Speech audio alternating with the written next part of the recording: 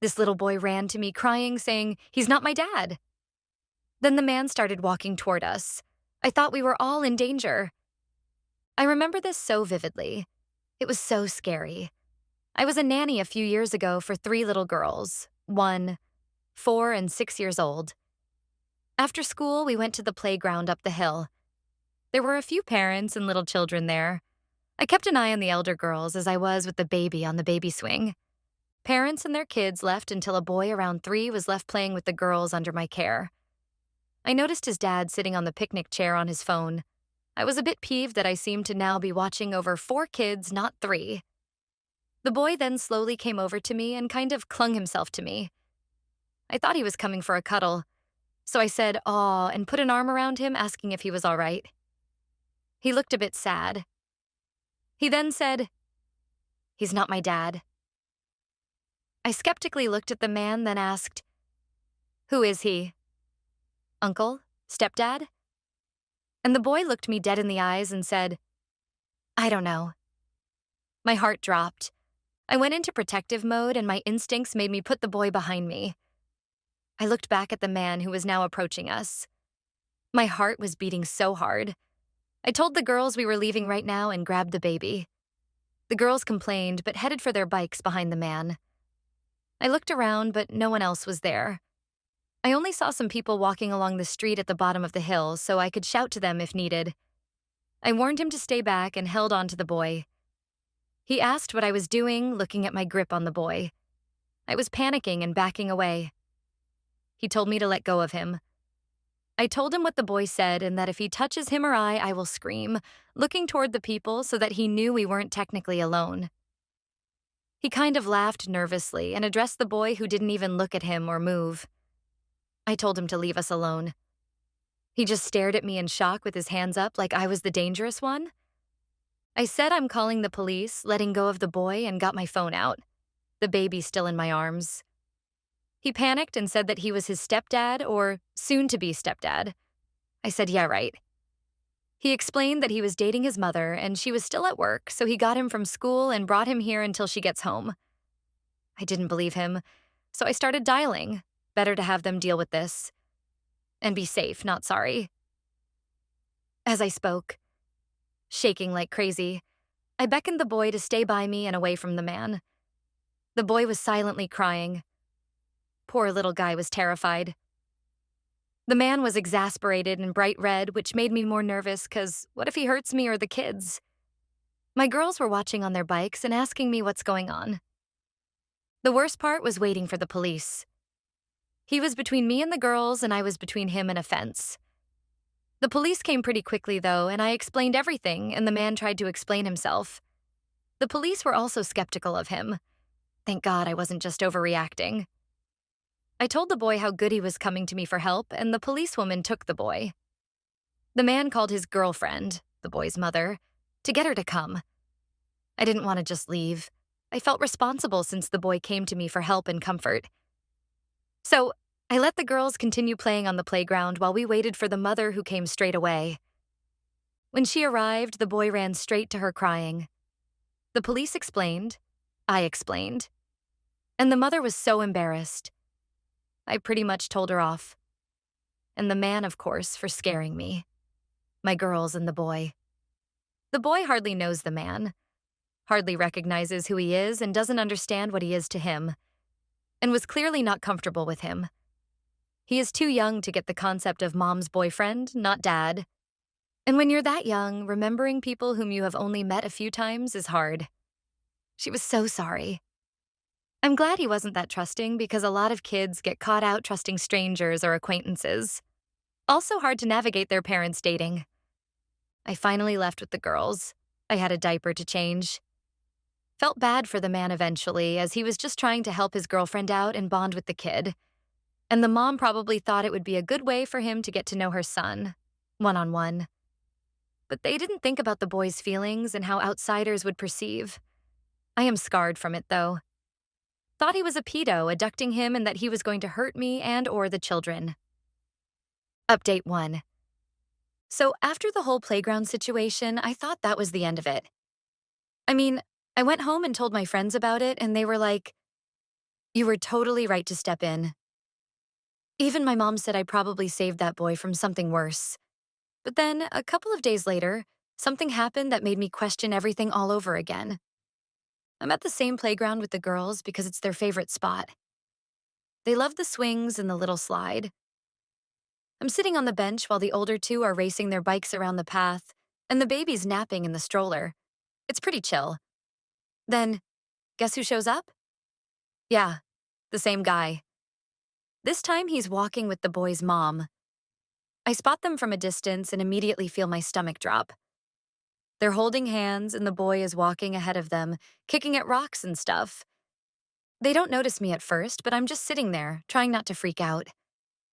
The mom is looking around like she's scoping out the playground, and then her eyes land on me. She gives me this awkward smile like she recognizes me but doesn't know if she should come over. The guy's face turns red, and he starts whispering to her. I'm thinking, okay, maybe they're just here to play, but I can't help feeling super on edge.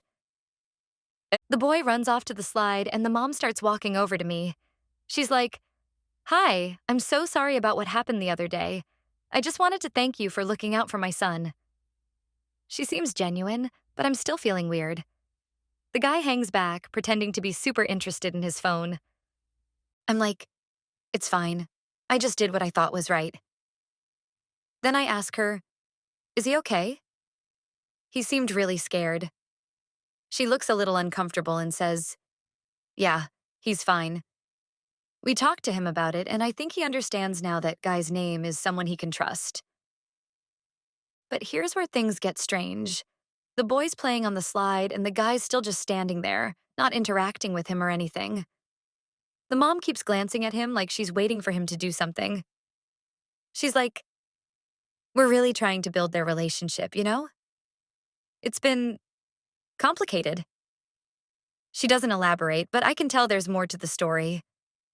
Then, out of nowhere, the boy comes running back over to us. He's clutching this little toy car, and he looks really upset. He's like, Mommy, I don't want to be here. The mom crouches down and tries to comfort him, but he's pulling away from her and staring at the guy. He doesn't say anything, but the look on his face is pure fear. At this point, my protective instincts kick in again. I'm watching the guy closely, and he's just standing there, looking super awkward. He's like, Come on, buddy, we talked about this. I'm your friend. But the boy shakes his head and hides behind his mom. She's trying to calm him down, but it's clear he doesn't want anything to do with this guy. The mom looks at me and says, I'm sorry. He's going through a phase. He'll warm up eventually. I don't say anything because it's not my place, but I'm thinking, if your kid's that uncomfortable, maybe you should listen to him. They end up leaving pretty quickly after that. The mom picks up the boy, and he's clinging to her like his life depends on it. The guy follows them, looking annoyed. I'm just sitting there, trying to process what just happened. The next day, I'm scrolling through Facebook during the girls' nap time, and I see a post in one of the local mom groups. Someone's sharing a warning about a man who's been acting suspicious around kids at playgrounds. There's no photo, but the description sounds eerily familiar. My heart starts racing as I read through the comments. Some moms are saying they've seen him before, just hanging around without any kids of his own. Others are saying he's probably harmless, but there's a lot of debate. I don't know what to do. Part of me feels like I should comment and share what happened, but another part of me doesn't want to jump to conclusions. What if it's not the same guy? What if I'm wrong? But I can't shake the feeling that something's off. A couple of days later, I'm back at the playground with the girls. It's been our routine for weeks, and I don't want to change it just because of this weird situation. But this time, I'm hyper aware of everyone around me. I keep looking over my shoulder, scanning for anything suspicious. Then, as we're getting ready to leave, I see him again. He's sitting on a bench by himself. No boy, no mom, just him. He's got a coffee cup in one hand and his phone in the other, but he's not really doing anything. Just sitting there, watching. I'm trying to stay calm, but my heart's pounding. I gather the girls and start walking toward the parking lot, keeping an eye on him the whole time. As we're leaving, he looks up and makes eye contact with me. It's not a friendly look. It's almost like he's trying to size me up. I don't know if I'm imagining it or what, but it makes my skin crawl. I get the girls into the car as quickly as I can and drive home, feeling like I'm being watched the whole way. That night, I can't sleep. I keep replaying everything in my head, wondering if I'm overreacting or if there's something seriously wrong with this guy. I decide to report the Facebook post to the police, just in case. I don't give them his name because I don't know it, but I tell them about the playground incidents and how he's been acting.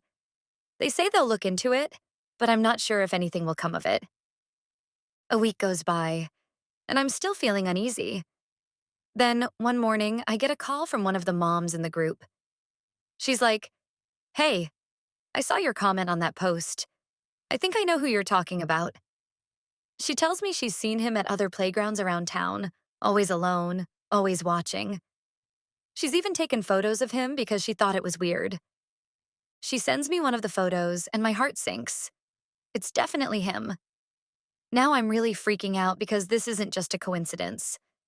This guy's been hanging around kids' spaces without any reason to be there, and no one knows who he is. I'm starting to think this goes way deeper than I realized. Update 2.